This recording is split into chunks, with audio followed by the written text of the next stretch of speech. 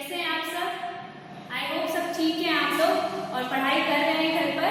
तो I hope आपने जो ये पार्ट 4 है हमारी क्लास 5 का जो चैप्टर चल रहा था सीड्स बिकम्स अ प्लांट वो अच्छे से पढ़ा है। तो अगर आपने नहीं पढ़ा है पार्ट 4 तो अच्छे से पढ़ लेना, क्योंकि ये लास्ट पार्ट है, लास्ट पार्ट 5, जिसमें कि हम लोग पढ़ेंगे कि फॉरेन कंट्रीज से जो प्लांट्स आते हैं वो कौन कौन से आते हैं और कहाँ कहाँ से आते हैं। तो this is the last topic of our this chapter, so will continue with this. Plant from foreign countries, ऐसे प्लांट्स जो हम फॉरेन कंट्रीज से हमारे इंडिया में आए गए हैं, जैसे टी, कॉफी, चिली पेपर, ये सब क्या है कि सब बाहर से आए हुए हैं, अदर कंट्रीज से ये प्लांट्स लाए गए, इनके सीड्स लाए गए और हमारे इंडिया में इसको ग्रो किया गया है। तो जैसे आप देख सकते हैं कि टी दार्जिलिंग में बहुत फेमस है।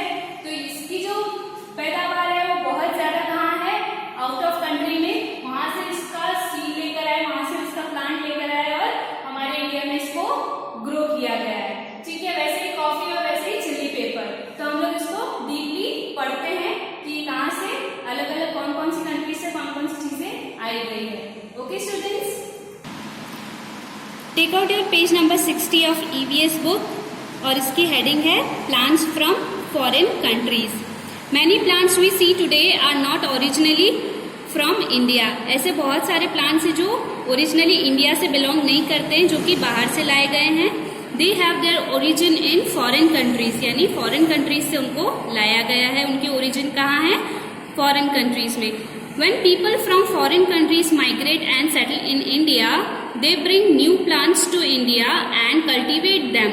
मतलब अगर कोई वहाँ के जो फॉरेन कंट्री के लोग हैं वो अगर माइग्रेट मतलब वहाँ से शिफ्ट होना और किसी और जगह चले जाना, ठीक है, तो वहाँ से माइग्रेट होके वो अगर सेटल होते हैं इंडिया में तो वो कुछ नए प्लांट्स लेकर आते हैं इंडिया में और उनको कल्टीवेट करते हैं। फॉर एग्जाम्पल चिली पेपर यानी मिर्च आपने देखी होगी, green chillies.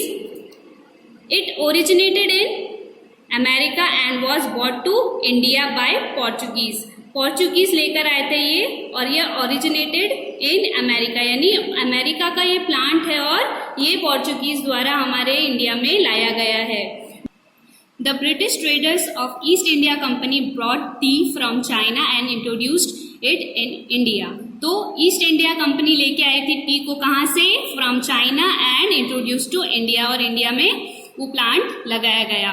The following plants came to our country from other countries. ऐसे बहुत सारी चीजें हैं जो कि अदर कंट्रीज से हमारे इंडिया में लाए गए हैं, जैसे कि एक लिस्ट यहाँ पर आपको ब्लॉक में दिख रही होगी 1 2 3 4 till 7 है ना। तो ये 7 ऐसी चीजें हैं जो आउट ऑफ कंट्री से लाकर इंडिया में कल्टीवेट किए। जैसे first of all tea, then coffee, ladies finger, cauliflower, peas, potato, tomato. I hope आप सब लोगों को ये समझ में आ गया है हिंदी में इसका क्या मीनिंग है।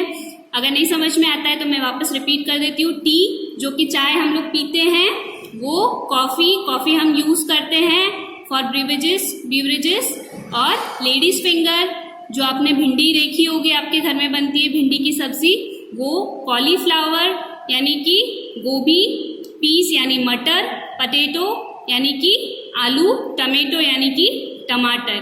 तो टी कहाँ से आई है? चाइना से। कॉफी कहाँ से आई है? अफ्रीका से। अगेन अफ्रीका से लेडीज फिंगर भी आई हुई है। फिर गोभी हमारी यूरोप से आई है। पीस हमको कहाँ से मिली? अगेन यूरोप से। पोटैटोस नॉर्थ अमेरिका से और टमेटो साउथ अमेरिका से। ठीक है, तो ये सारी चीजें हमारे इंडिया में नहीं ग्रोथ की गई है, ये वहां से प्लांट लाए गए हैं और यहाँ पर कल्टीवेट किए गए हैं। ठीक है स्टूडेंट्स, तो ये सब आपको अच्छे से याद करना है ताकि मैं अगर क्वेश्चन करूँ तो आपको पता होना चाहिए लेडीज फिंगर कहाँ से आई हुई है। तो आप लोग को आंसर देना है कि अफ्रीका से। ठीक है, इसको अच्छे से लर्न कर लेना। नाउ यहाँ पर एक नीचे मैप दिया गया है, राइट, इसको आपको फिल करना है, पेंसिल से करना ताकि आप लोगों को समझ में आ जाए कौन सी चीज कहाँ से आई हुई है। जैसे अफ्रीका दिया है तो अफ्रीका से क्या क्या है? लेडीज फिंगर, तो वो आपको यहाँ पे पुट करना है। कॉफी, तो अफ्रीका में आप लोगों को होमवर्क भी है ये कि आप घर में अगर इंटरनेट चलाते हैं, फ्री टाइम है आपके पास थोड़ा सा, तो देखना कि अफ्रीका में कौन कौन सी चीजें हमारी इंडिया में लाई गई है। जैसे 2 तो हमको पता है, कॉफी और लेडीज फिंगर। ऐसे और भी अदर प्लांट्स है जो कि अफ्रीका से हमारे इंडिया में आए हुए हैं। तो वो आपको लिस्ट आउट करना है। Then Europe, Asia, North America, South America, ये सारी चीजें आप लोगों को पुट करनी है पेंसिल से, ताकि आपको याद रहे कि कौन सी चीज कहाँ से आई है। Okay students, it is not necessary that plants brought from foreign countries are good for India. Let us look at some examples. ऐसा नहीं है कि इंडिया में जो फॉरेन कंट्रीज से सारी प्लांट्स लाए गए हैं वो बहुत अच्छे हैं इंडिया के लिए, क्योंकि बहुत सारी जगह क्या होता है, अलग अलग क्लाइमेटिक कंडीशंस होती है, उसी के अंदर वो कल्टीवेट किए जाए तो बेटर हम लोगों को रिजल्ट्स मिलते हैं। जबकि इंडिया में अगर लाए गए हैं तो उनसे हम लोगों को क्या क्या नुकसान हो रहे हैं ये हम आगे पढ़ेंगे, या फिर क्या क्या हम लोगों को उससे चीजें मिल रही है, कैसी मिल रही है, वो सब हम इसमें आगे पढ़ते हैं। The Britishers in India bought a plant named lantana from south America and planted it in a garden of Kolkata city. तो ब्रिटिशर्स क्या लेके आए, एक प्लांट लेके आए जिसका नाम था lantana from south America, South America से लेकर आए थे, और उन्होंने प्लांट कहाँ कर दिया, गार्डन में, कहाँ के, कोलकाता सिटी के। Lantana spreads very fast and does not allow anything else including grass और any other plant to grow. क्या होता है कि लंटाना बहुत जल्दी से स्प्रेड होता है, मतलब बहुत जल्दी इसकी ग्रोथ होती है और बहुत जल्दी ये फैल जाता है किसी एरिया में। और क्या करता है कि किसी और जो प्लांट अगर हम लोगों ने लगा रखा है या ग्रास लगा रखी है तो वो उसको ग्रो नहीं होने देता, सिर्फ यही स्प्रेड होगा हर जगह। तो ये इसकी एक स्पेशलिटी बोल लो, या फिर कि लताना ऐसा एक प्लांट है जो कि खुद ही ग्रो होता है, दूसरे अदर प्लांट्स को वो जगह नहीं देता बढ़ने के लिए। Okay students, now turn the page. Hence, the lantana led to the decline of grass-eating animals, and this indirectly also affected the population of carnivorous animals like tiger and lions. तो lantana क्या करता है कि जो animals grass ईट करते हैं उनके लिए तो ये बहुत प्रॉब्लमेटिक हो गया, और जो कार्निवरस एनिमल्स होते हैं जैसे टाइगर्स एंड लायंस, तो ये तो ज़्यादातर ग्रास खाते नहीं हैं।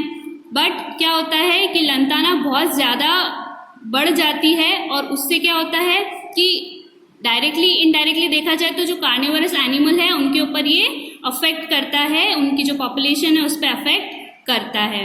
देन सेकेंड पॉइंट दिया है, a British officer bought eucalyptus from Australia and planted in the Nilgiris hills in Tamil Nadu. Tamil Nadu में जो बहुत सारे हिली एरियाज है, राइट, वहाँ पे हिल स्टेशंस ज़्यादा है और वहाँ के जो पेड़ होते हैं वो कुछ अलग टाइप के होते हैं। बट ब्रिटिशर्स ने क्या किया कि यूकेलिप्टस फ्रॉम ऑस्ट्रेलिया, यानी ऑस्ट्रेलिया से लाया गया है ये यूकेलिप्टस प्लांट, ये एक तरह का ट्री है स्टूडेंट्स, तो वो ट्री लाके यहाँ पर प्लांट कर दिया। कहाँ पर, नीलगिरी हिल्स में, जो कि तमिलनाडु में है। A eucalyptus tree consumes 90 litres of water in a day. एक दिन में कितना, 90 लीटर्स ऑफ वाटर इसको ग्रो होने के लिए चाहिए। During summer and times of droughts its roots can go down up to 30 feet. It depletes the groundwater resources, making it difficult for other plants and trees to survive because of scarcity of water. यानी कि अगर एक ही पेड़ को बढ़ने के लिए 90 litres of water चाहिए तो उसके आसपास जो ट्री है उसको कितना ज़्यादा नुकसान हो रहा है, क्योंकि सारा पानी तो यही कंज्यूम कर लेगा, तो फिर अदर ट्री कैसे बढ़ेंगे। तो इसके आसपास जितने भी ट्रीज होते हैं ना स्टूडेंट्स, देखा होगा आपने भी कि नीलगिरी ट्रीज जहाँ पर होते हैं ना वहाँ पे लगातार नीलगिरी ट्रीज ही रहते हैं, दूसरे जो प्लांट होते हैं वो ग्रो नहीं कर पाते हैं। क्यों? क्योंकि सारा पानी तो यही एब्जॉर्ब कर लेते हैं, राइट। जैसे कि ड्यूरिंग समर इसमें बता रखा है, समर में और ड्रॉट्स में क्या होता है कि इसकी जो रूट्स होती है वो कितनी चली जाती है, 30 फीट्स तक चली जाती है, ठीक है। तो ये बहुत ज़्यादा डिफिकल्ट होता है अदर प्लांट्स के लिए और ट्रीज के लिए कि वहाँ पर वो लोग अपना ग्रोथ कर पाए, ठीक है। So this is the second one. पहला हमने लंताना ट्रीज का देखा कि वो भी बहुत जल्दी जल्दी फैलती है और दूसरे ट्रीज को और दूसरे जो ग्रास है उसको बढ़ने नहीं देती, उसकी वजह से जो कार्निवरस एनिमल्स हैं उनको प्रॉब्लम होती है। और यूकेलिप्टस भी ऐसा ही एक ट्री है, ऑस्ट्रेलिया से लाया गया, इंडिया में तमिलनाडु की जो नीलगिरी हिल्स है वहाँ पर लगाया गया, और उससे भी क्या हो रहा है कि 90 लीटर्स ऑफ वाटर ये एक ही ट्री को चाहिए होता है, जिससे कि अदर जो ट्रीज होती है वो बढ़ नहीं पाती। आप देख सकते हैं इसकी पिक्चर स्टूडेंट्स, नीलगिरी का जो पहाड़ी एरिया है वहाँ पर आप सर्च करेंगे तो ज़्यादातर वहाँ पर नीलगिरी के ही पेड़ लगे होते हैं, है ना। और ये हमारे इंडिया में भी है अब, कई जगह पर है। ठीक है students. Now the third point is India imports wheat from the United State of America. Some seeds of parthenium comes along with it and spread as weeds in our country. These weeds reduce our crop produce. They also cause allergic respiratory problem in humans and livestock. तो ये जो India imports wheat from United State of America, तो India कहाँ से import करता है wheat? United State of America से। उसकी वजह से क्या होता है कि सम पार्थेनियम उसके साथ में आ जाता है along with it and spread as a weed in our country. Weed यानी कि एक प्रकार का ऐसा पौधा होता है जिसमें टॉक्सिक एलिमेंट्स होते हैं, है ना। तो वो जो टॉक्सिक एलिमेंट्स है वो क्या करते हैं, हमारे जो क्रॉप्स होते हैं उसमें भी लग जाते हैं और उससे हमारी क्रॉप्स टॉक्सिक हो जाती है। They also cause allergic respiratory problems in humans and live stocks. और उससे क्या होता है, जैसे कि आप गाजर घास देख सकते हैं, है ना, यहाँ पर एक पार्थेनियम का प्लांट बता रखा है। तो ये क्या करता है स्टूडेंट्स, ये बहुत टॉक्सिक होता है ना। तो इससे जो आसपास की चीज़ें होती है ना वो खराब हो जाती है। जो आसपास में अगर आपने कोई पौधा लगाया हुआ है वो तो खराब हो जाएगा। ठीक है। और इससे बहुत सारी प्रॉब्लम्स होती है। अगर इसको हमारे एनिमल्स खा लें तो उनको सांस लेने में प्रॉब्लम होती है और दमा हो जाता है, अस्थमा हो जाता है, बहुत सारी ऐसी सर्दी मतलब बुखार वगैरह सारी चीज़ें उन लोगों को एक तरह से प्रॉब्लमेटिक हो जाती है।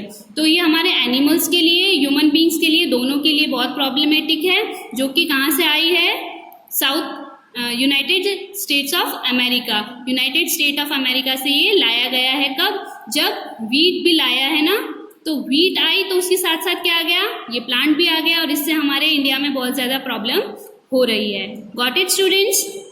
सो स्टूडेंट्स, हम लोगों ने आज पढ़ा कि जो फॉरेन कंट्रीज से सारी चीज़ें आती है, उसके साथ साथ में अगर कोई ऐसा प्लांट आ जाता है जिससे कि हम लोगों को नुकसान हो रहा है, जैसे कि गाजर घास हम लोगों ने देखी, तो उससे बहुत सारी चीज़ें क्या हो रही है, हम लोगों को प्रॉब्लमेटिक हो रही है, हमारे ह्यूमन बींग्स को, हमारे एनिमल्स को, है ना। तो गाजर घास बहुत ही टॉक्सिक होता है जो कि बाहर से आया हुआ है। देन हम लोगों ने ऐसी भी चीज़ें पढ़ी हुई है जिससे कि हम लोगों को रोज हम लोग यूज कर रहे हैं, जैसे पीस है, मटर है और गोभी है, लेडीज फिंगर है। तो ये सारी चीज़ें तो हम डेली यूज कर ही रहे हैं और हम लोगों को इससे फायदे भी बहुत सारे हैं। तो ऐसा नहीं है कि नुकसान ही है, हम लोगों को फायदे भी है उससे, है ना। सो हम लोगों के पेज नंबर 62 पे एक टेबल दी गई है। Here you can see the table। आप लोगों को ये होमवर्क है, आप लोगों को ये करना है, इसको फिल करना है, बोल 1 लेना और उसमें आप लोगों को सारी रीडिंग्स करनी है कि डे 1 में आप लोगों का प्लांट कैसे ग्रो हो रहा है, सीड का क्या है, ये सारी चीजें आप लोगों को इसमें फिल करनी है। Got it students? और जो कुछ मैंने पढ़ाया है उसका एक समरी दिया हुआ है 63 पेज पर, लेट अस रिवाइज। तो ये सारी चीजें आपको रिवाइज करनी है, मैंने ऑलरेडी आपको सब समझा दिया है। अगर आप लोगों को इसमें कोई भी डाउट होता है तो आप मुझसे पूछ सकते हैं गूगल मीट पर। Okay students, thank you very much.